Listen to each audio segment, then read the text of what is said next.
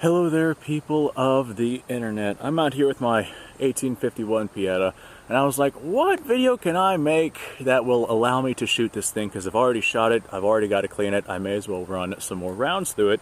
And I was like, you know what, let's go ahead and talk about some of the things that make black powder firearms inaccurate, and some of the things that make them unreliable. So let's talk about some history of black powder.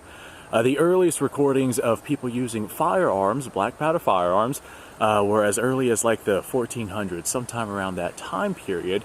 And the idea behind a black powder firearm is a very simple idea. You have yourself a tube that is closed off at one end with gunpowder in it, and some sort of projectile, or some sort of a projectile to be launched out of that tube whenever that gunpowder explodes from some sort of ignition system. For the longest times, people were using matchlocks and things like that of that nature to try and ignite the powder inside of the tube, although this system is very unreliable and you have to keep a slow burning match or some sort of fuse on you to be able to ignite that system. Not exactly the most practical of systems to be able to use, but that's the way technology was during that time period.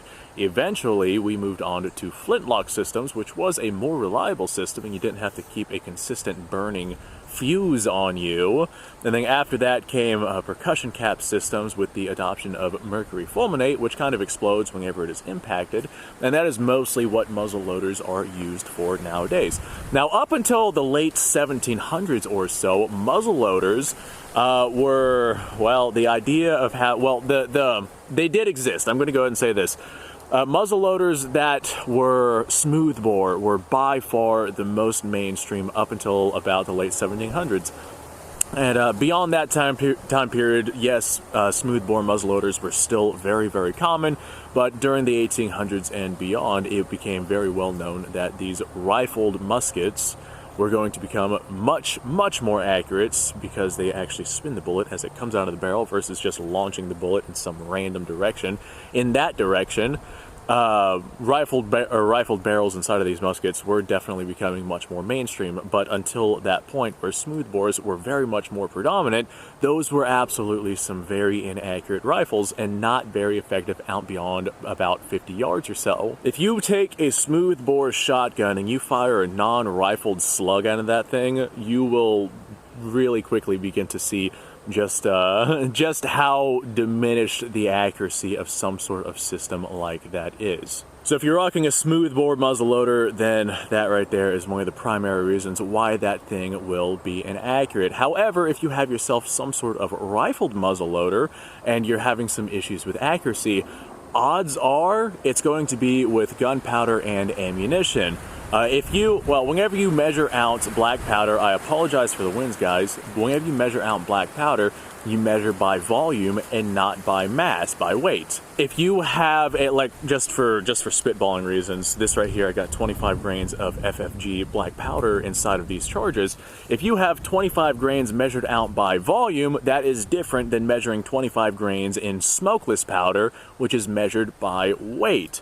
So if you measure by volume and your idea of measuring by volume is like, I just have this little brass cylinder, this little powder measurer that I kind of measure out with my eye and whatnot, I don't have any technical equipment. If your idea of measuring out powder could leave you like 3 or 4 grains, high or low in one direction or the other, then that extra power or lowered power would definitely decrease your accuracy per shot.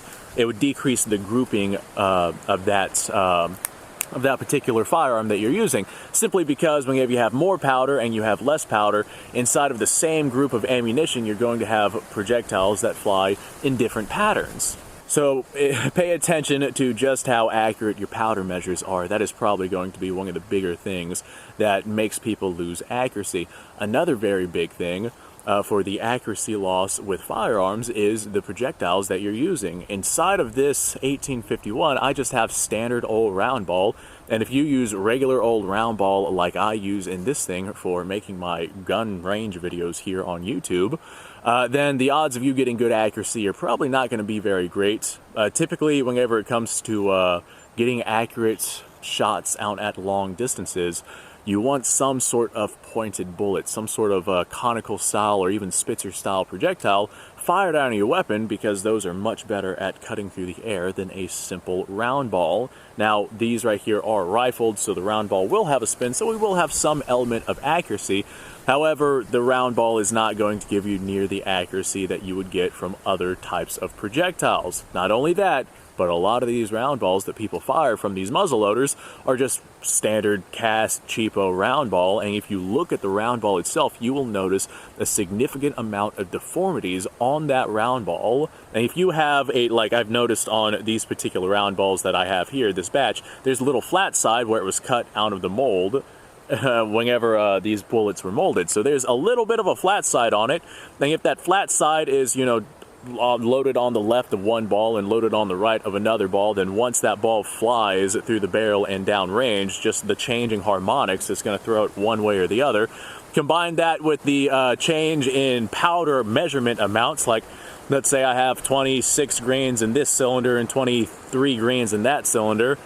So the harmonics are going to be completely different and the pressures are going to be completely different, and I'm going to have quite the spread on my projectiles. And those are probably the biggest reasons why inaccuracies happen with firearms. Now, if you have a percussion cap firearm, can't really do much about flintlocks other than making sure that you have a good lockup and good system and proper powder and XYZ situations. But percussion caps, I've noticed a lot of people have issues with percussion caps. Whenever they pull the trigger, it goes click, then they'll recock, try it again, and then it goes bang. And if you have issues with reliability with your firearm and it's a percussion cap system, odds are the nipple is either deformed or not the appropriate size. Like, for example, this Pieta right here, I've measured it out, and this right here does take number 10 caps, but they're not quite to the specification that they're supposed to be. And that little bit of, the specification is just slightly off, and as a result, I do have some reliability issues with this Pieta. So the best way to mitigate that is to go out and get yourself some decent quality nipples. This right here was just a cheapo Pieta that I had bought off of the internet that was sent to me, that has the stock regular nipples on it, and measuring them out like typically around 5 thousandths to 10 thousandths of an inch. There's some variation that goes with these nipples. So some of these nipples work very well, and others are just giving me trouble. So if you have issues with reliability for your percussion caps, first thing I recommend, swap out the nipples for a better set. If you just have the standard base stock set of percussion cap nipples on whatever it is that you're rocking, be it revolver or rifled muzzle loader or whatever situation it is that you're rocking with, and make sure that your caps are set all the way down. I notice a lot of times whenever people lay their caps onto their percussion nipples, they'll just kind of set it on there and push it on with their thumb. Well, if your revolver or your rifle or your muzzle loader, if the nipple size is not the proper size and the cap is not fully set onto that nipple the way that it should be, then whenever you pull that trigger, you're not going to have the anvil style of system that is necessary to get ignition with these percussion caps. And as a result, that's whenever you get the click, you pull back again, and now the percussion cap is fully on the nipple, so whenever you hit it again, it goes bang. And that's one of the bigger reasons why you have reliability issues with percussion cap revolvers or percussion cap systems in general. If you have yourself a flintlock system, get yourself appropriate powder, make sure that your frizzing and whatnot is of a decent quality and in good repair. And whenever you pull that trigger, sometimes it ignites, sometimes it does not.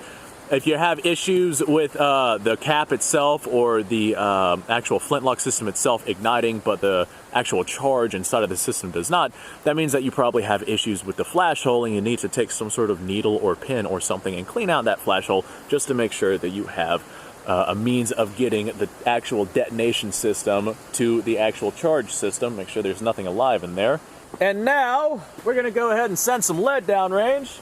I do not have updated percussion cap nipples inside of this revolver, so as a result, I do have some reliability issues. It's not consistent, and it's not every single time, because I do kind of make sure that I force those number 10 caps to where they are supposed to be. So that definitely does help out with reliability. But I want to see how well that these lead balls, these round balls, penetrate inside of this wood. This is 25 grains of black powder. Normally these would be loaded with about, like if you were to actually use this for practical purposes, about 35 grains of black powder. That's kind of pushing it. But 35 grains of black powder, and with this being a 44 cal, these round balls, if I had the full charge, would be traveling at around 1,100 or so feet per second, depending on your barrel length and what system it is that you're using. These 25 grain charges with these round balls, I have no idea what the velocity is going to be. I'm going to assume about 800 feet per second, but I want to send it through this piece of wood because, hey, why the hell not? All right, there was just a standard lead round ball, not hollow point, not conical, not anything like that. Let's see what we got. Oh my God. All right, so 44 cal, there's our entrance hole. That's quite the entrance hole. My God, that thing is pretty large. That would do the job. There's our exit hole. Holy crap, that is quite the exit hole. For a little bit of comparison, this is the exit hole of a 45 ACP. So that lead round definitely had some expansion whenever it smacked onto that solid wood. Just for funsies, I'm gonna shoot it again. The type of projectile that you use definitely influences the amount of energy that is transferred onto the target whenever you fire at that target. My cap is stuck there. There we go. And this right here being soft lead rounds traveling at, we're gonna assume about 800 feet per second or so, with the 25 grain charge from a 5.5 inch barrel. I imagine that, judging from the recoil and the amount of force on target, I imagine that it would probably not be very pleasant to be hit with this thing. Yeah, we see a very similar exit channel right there. This one up here, maybe a little bit more. This one right here, that's still substantial. I would definitely not want to get hit with one of these old black powder revolvers. Just for fun, why not? Let's go ahead and hit it again. After that, I guess I'll send a couple of rounds at the steel down there to see if I can hit the steel. This right here with these round ball, this variation in charge, the deformalities and whatnot, I've noticed that with this particular set of ammo that I get, just with it being cheapo round ball and I don't really pay attention to deformities and whatnot, I get probably about an 8-inch spread with these rounds at the 40 yards that we're at whenever I had tested them earlier on a cardboard box. All right. Well, this one right here kind of went right next to where the other one had gone, and now we see an even more substantial wound channel right there. That is really cool. I love these freaking round balls. I got myself a whole bunch of these to be able to play around with, and I think it was a very good idea. Let's see if we can hit that steel over there. I do not believe that we hit that steel, and now I have a cap stopping me from cocking my revolver. There we go. That one hit the steel. Get out of there, you. If you have appropriately sized nipples as well, you won't have issues with these cap jammings like I'm having here. There we go. 2 out of 3 rounds hit the steel at 40 yards. And that, honestly, with these little old round balls that I'm using here, that's probably better than we could ask for. And it looks like I got myself a little bit of a thing stuck inside this system. Thanks for watching, folks. Appreciate your time. Like, subscribe, share. Description below. Link to all sorts of stuff. It's starting to rain. I'm going inside. I'll see y'all later.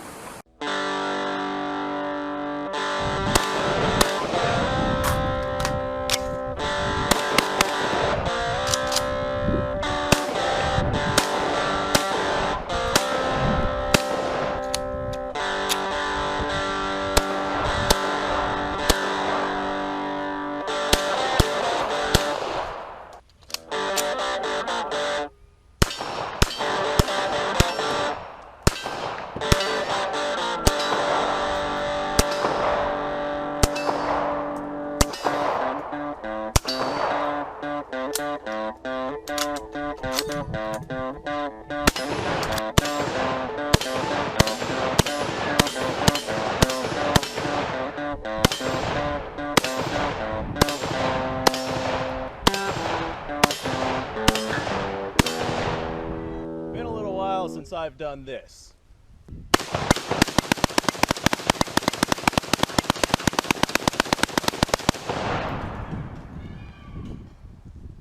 Bonnie and Clyde be damned.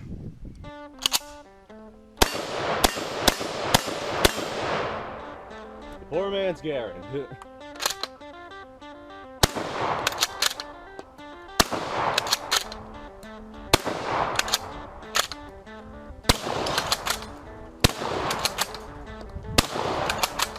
It's a shame that bolt action shotguns aren't more mainstream.